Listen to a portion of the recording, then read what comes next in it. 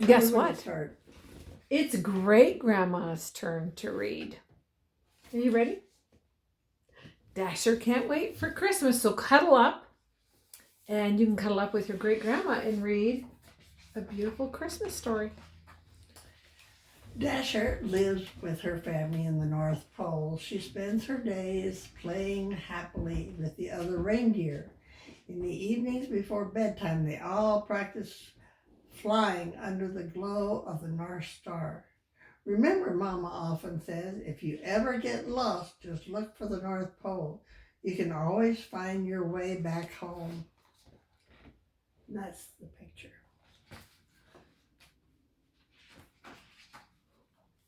Mama Dash asked one night, how many sleeps till Christmas Eve? 12, said Mama. Every night. One night closer. 12 sleeps, said Dasher. That's too many. Dasher loves Christmas Eve. She loves hearing people sing Christmas carols. She loves seeing decorating trees through the window as she flies past. But her favorite thing of all is seeing the Christmas lights from high above. Soon, said Mama. I can't wait, said Dasher. With each passing evening, the evening grew more unbearable. Late one night, when the wind was howling and whistling through the trees, and when Christmas Eve was only one sleep away, Dasher awoke too excited to close her eyes. What was that sound, she wondered.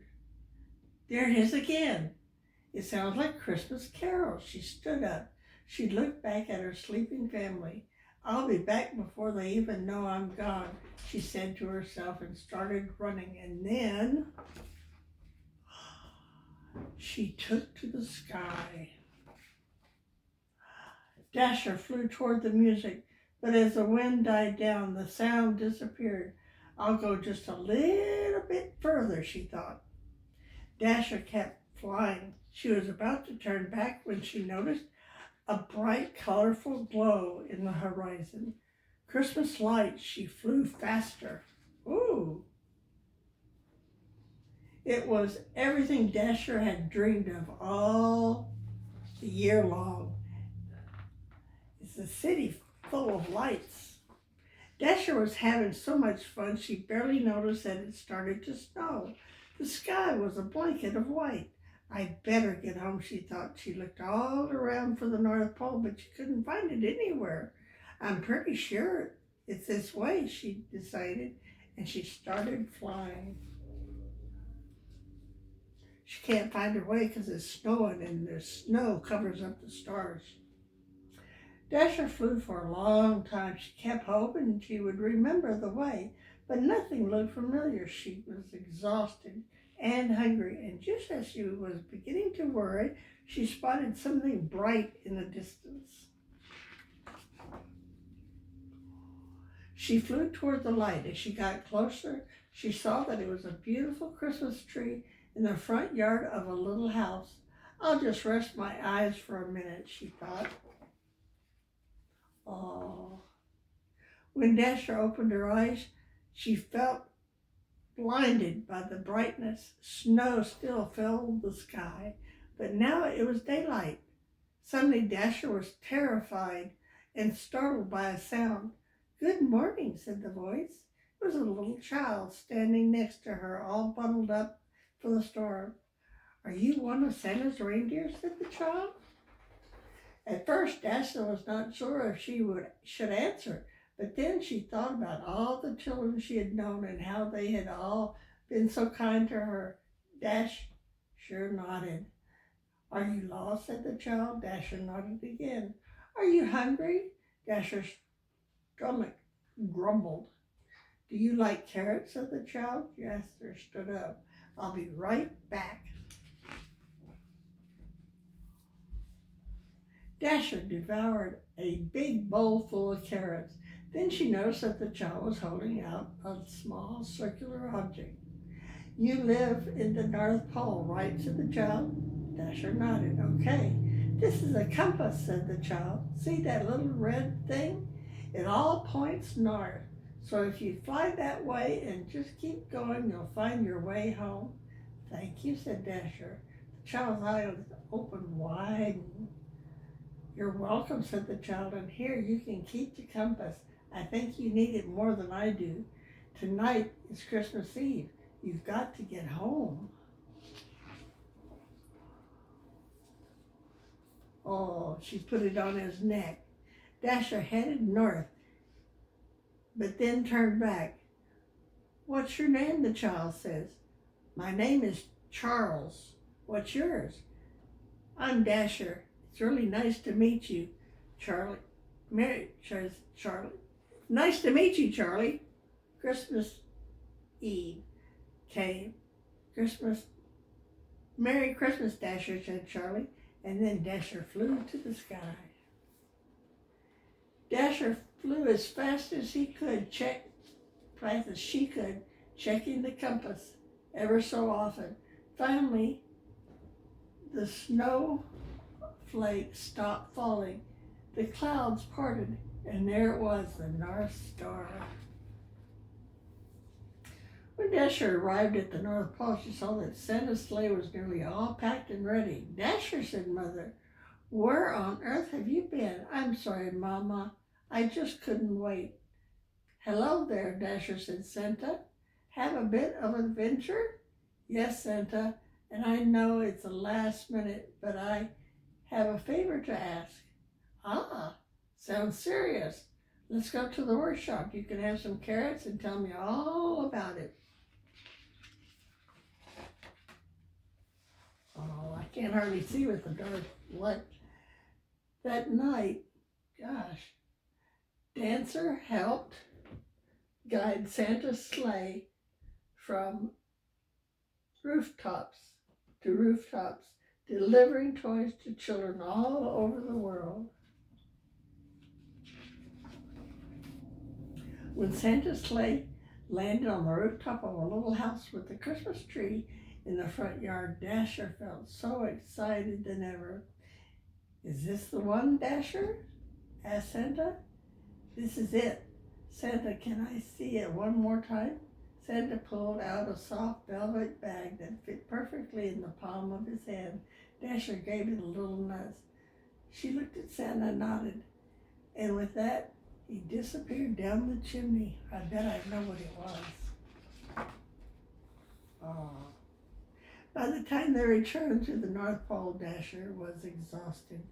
She cozied up next to Mama. She wondered if Charlie was opening Christmas presents right there that very minute. I have so much to tell you, Mama, said Dasher. Tomorrow, little one. Okay, Dasher. But Mama, how many sleeps until next Christmas? Merry Christmas, Dasher. Merry Christmas, Mama. And she fell asleep under the glow of the North Star. Oh, Charlie, thank you for your kindness, your friends, Dasher and Santa. Now, wasn't that a nice story? I hope y'all are having a merry one. Should I get another book? We'll check it out. I'll go check.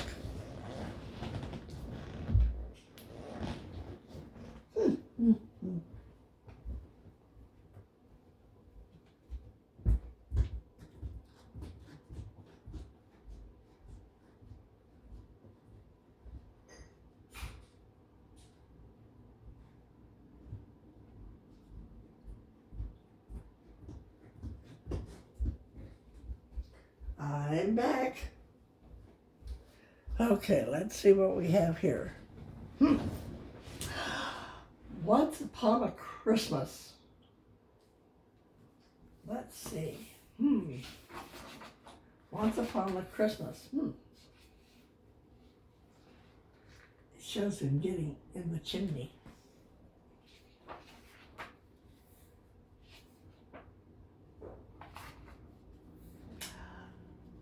Now, lay deep and crisp and even just like the song as Tom came tumbling up the path which leads to Santa's home. On tiptoe he stretched out a hand to drop his letter in. Dear Santa, I'd like roller skates and a paint box made of tin. His mission over, Tom flew home. Quick as a flash, it seemed, for flashes happen double quick when they take place in dreams. Was this a dream then? I can't say, for I could well as be wrong. But in the morning when Tom awoke, his Christmas note was gone. Inside his house, old Santa slept and dreamed dreams of his own. On Christmas, when work was through and islands in the sky, in the sun, his clock ticked on, the hands crept close, and then alarms would ring to signal pandemonium as Christmas would begin. Chaos reigned behind the scenes, and Santa's elves got busy. Such toing and froing, up and downing, it'd make a top feel dizzy, with cars to paint and dolls to pack, and yo-yos put on strings, and puzzles, games, wind-up toys, and complicated things, like names to check and lists to tick, to make sure all was right, for Santa's journey round the world takes place in just one night. This year, the elves built something new to speed up Santa's rounds, a supersonic super sleigh to beat the speed of sound. They'd worked so hard to finish it in time for Christmas Eve, but though it sparkled and it shone, the ground it would not leave. Ho, ho, ho, never mind, said Santa. Next year I'll fly my rocket. He didn't tell them that he had slipped a spark plug in his pocket. For Santa likes things as they are and not how they might be. Please fetch my old sleigh from the store, and I'll use that, he said. Will be some time, said the elves replied. So while we get to the sleigh, you better make a start on foot. We'll catch you up, okay? Very few have ever caught more than a fleeting sight of Santa Claus at work, because he works so late at night. And usually he flies so high, you'd need a telescope to catch a glimpse of sleigh and deer. They disappear like smoke. This year, of course, was different, as he set out on his own, and people were astonished to see him in the town. A group of carol singers were sure they could see a flash of red on rooftop, but no, it couldn't be. And skaters on icy pond were frozen in mid-slide when it was the Cape Crusader, or Santa, they spied.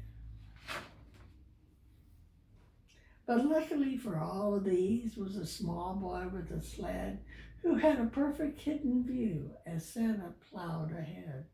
Across the park and out of sight, he could breathe in the air. The boy kept a secret. Now it was one that you could share. The news reached Santa that his sleigh was fixed and almost ready as he set out to row across to the lighthouse keeper. Freddie is just as well, thought Santa, as he pulled against the storm. You can't land reindeer on a rock. They would well come to harm. He left Fred's presents, woolly socks, a fresh supply of candles, a compass, books, new razor blades, a shaving mug with handles. Then off he set and made the land where his old team was waiting. But first he had to stand in line as customs, so frustrating. The man in charge looked most severe. He peered at Santa's pack. Have you got something to declare inside that heavy sack? Oh yes, said Santa with a smile. Tomorrow's Christmas Day, and if you hold me up too long, I can't get on my way. And that means all the children who are waiting for these toys will be gravely disappointed and unhappily boys and girls. We can't have that, the man replied.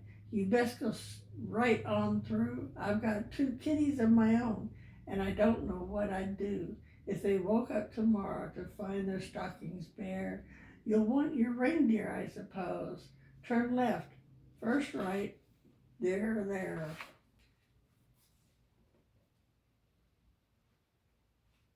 But in the car park, Santa Claus and deer were reunited. I couldn't tell you everyone was happy and delighted. The reindeer grinned and Santa grinned, and they all set off together across the crowded frosted skies as light as any feather. Now everyone who's flown the sleigh can tell you rooftop landings are tricky in these modern times and need some careful handling.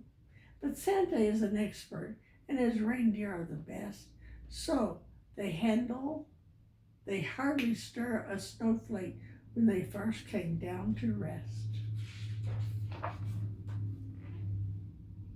Maybe you stop to wonder about Santa and his sack and how he gets down the chimneys with that load upon his back. The answer is it's magic. Once more coming into play, and he moves like pure greased lightning once he's ready on his way. There's a well-known saying about the plans of mice and men and how things seem to be just right, but all go wrong again. That's how it was for Santa, as he recommenced his round, for he had clambered from the sack, for this is what he found. Oh no, you can't give me a parking ticket, Santa told the warden. I always park on this roof here. Oh dear, I beg you pardon, the warden said sarcastically, and she surveyed the reindeer. I'm booking you these 8 hippos too. You're in a no sled zone. Stuff and nonsense, Santa said, and always there's 9 and they can't be hippos or giraffes. They're reindeer and they're mine. There's only 8, the warden sniffed, but that is academic. If I let you land rhinos here, it could start an epidemic. With that, she went trudgingly high, leaving Santa feeling troubled, for there were only 8 reindeer left, and so he doubled. Or when he counted them again to double check for error, the missing deer was Rudolph, the famous red-nosed fella. And Rudolph is the one who knows where every present's bound. He knows directions and locations, each single inch of ground. The other deer couldn't help, they only knew he'd gone, though where and why they couldn't tell, and neither for so long. A pretty pickle, said Santa. I'll try not to flap. Once I find I can't use Rudolph's nose, I'll have to work by map. He'll turn up soon, there is no doubt, to lead us on our way. It will affect my schedule though, and I cannot cause some delay. He hopped to a passing cloud and peered around the vane, for Rudolph was completely gone, and much was clearly plain. The next few calls were simple, much to Santa's delight, and then he made for a hollow halfway house. It was halfway through the night, though fresh supplies were waiting to be loaded on the sleigh, and Santa asked if Rudolph had been seen along the way. The elves were just as puzzled and were just as much perplexed, but none could make suggestions as to what he should do next. They had another problem too, which caused him fresh alarm, for they all presented presents to go with no addresses on. No addresses? How can they get their presents? Oh, say, to Tom, the elves declared, but that's our only clue. We've searched our files and stretched our heads. Why can't think what to do. Oh, bothersome, Santa cried. What more can go amiss? Just propulsion, parking tickets, when Randolph goes. Now this. He left the stores with his new load and stopped along the way to ask the north wind giant, could you hold your breath till all day? The giant smiled. He understood and promised not to blow, but you'll get a gust from time to time. I have to breathe, you know. He also said that he would keep an eye out through the night in case wandering Rudolph should come trotting into sight.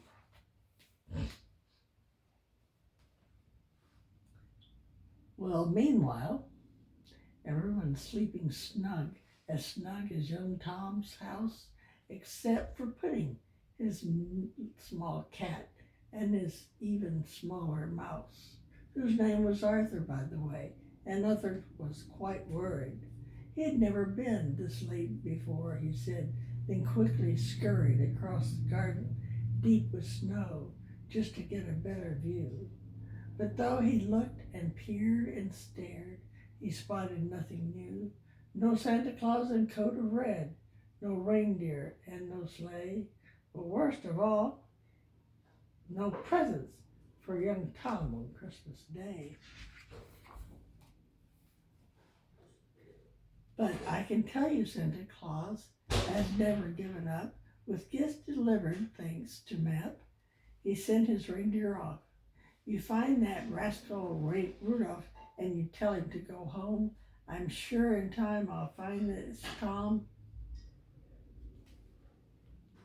but I'll do it on my own.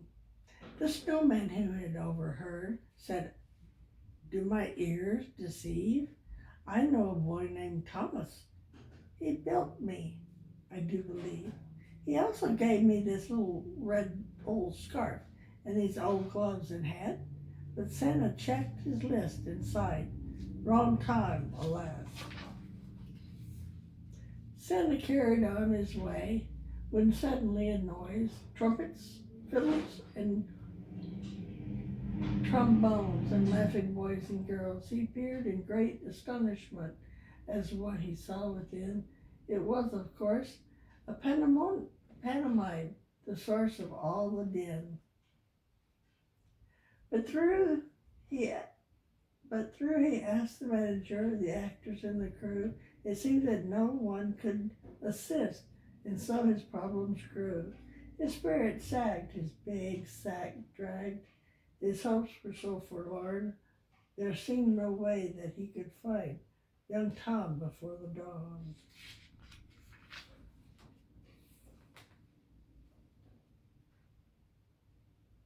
Cute. Lights from the artist studio caught Santa's eye just then. Inside, he found a painter. Hard at work with brush and pen. Oh, hard at work, brush. I just have one eye, you know. Amid a pile of paints and pots and other tools of trade, a wonderful new masterpiece was slowly being made. The artist listened carefully to Santa's tale of woe and then said, I know, I've got it.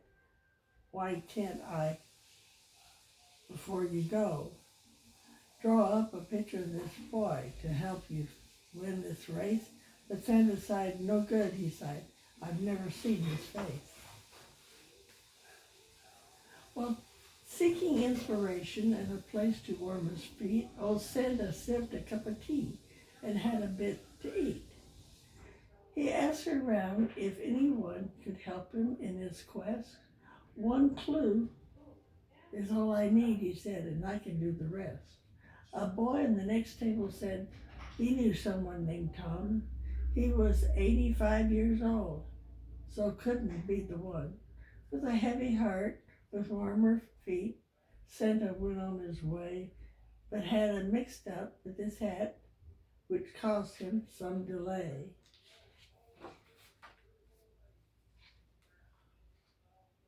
He stopped by at a butcher's shop, packed high with festive things, plump turkeys, hams, and other treats the Christmas season bring. The butcher listened to his tale, but smiled a rueful smile. I'll help you find if I can. Why can't you rest a while? I must get on, the old man cried, but thank you all the same, for I have my reputation to consider and my name.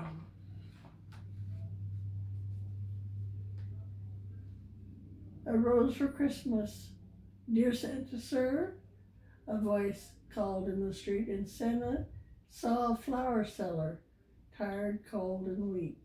He bought a rose and then searched his sack to find a gift for her. He found a bonnet for her head and slippers lined with fur. The woman thanked him for his thought. You're welcome, said Santa. It's too far cold for one so old. You should be home in bed. The hours flew by so quickly, and daylight crept so near. Then Santa met a watchman who helped lift his dark despair. I know most people around these parts, he said, so you tell me, what's in these boxes for this boy? They'll give a clue, maybe.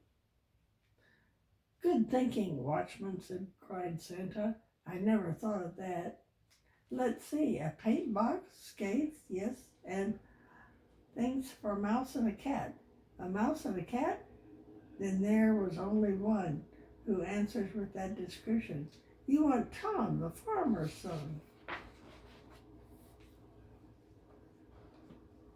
He's quite a lad, the watchman said, and loves to paint and draw. I know he's set his heart upon a pair of skates for sure.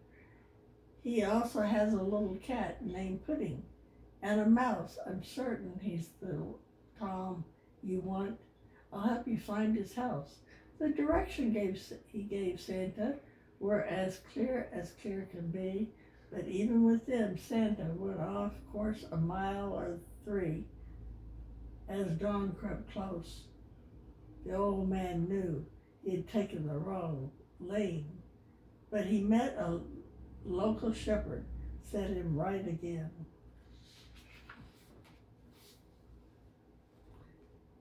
While this had all been happening, Tom's mouse and cat gave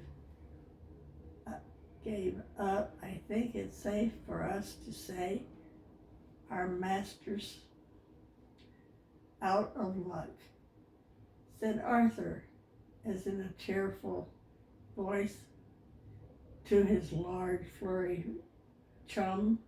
But Pudding made no answer. She just sat there, looking glum. For out there in the whiteness, she thought she saw some red.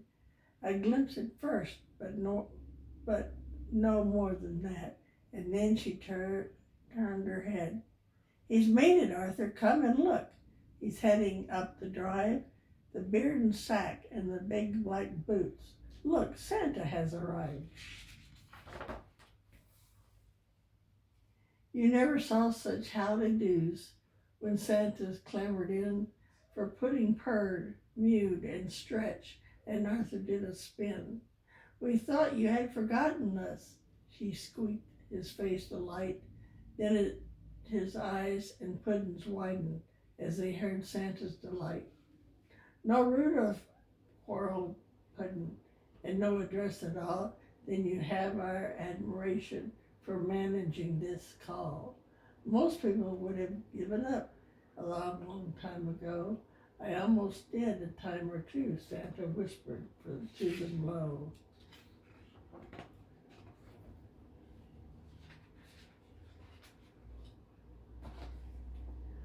On the morning after Christmas, Santa snoozed before the fire filled with turkey and plum pudding, and firmly held desire to spend the rest of the winter in his lazy kind of way, when all at once he heard the sound of bells from far away. The sound grew closer, closer still, till it stopped quite near. The muffled sound of hooves on snow, and then a face appeared. At last young Rudolph had returned the travels to recall, but there's another story, so for this, goodbye for all. Ha! My eyes got fuzzy toward the end. I can't read too long. Loving kisses. Toodles. I'm not sure how to turn that off.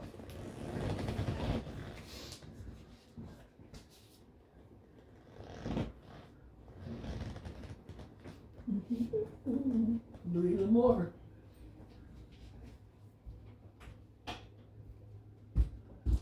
Maybe if I just, oh, I don't know.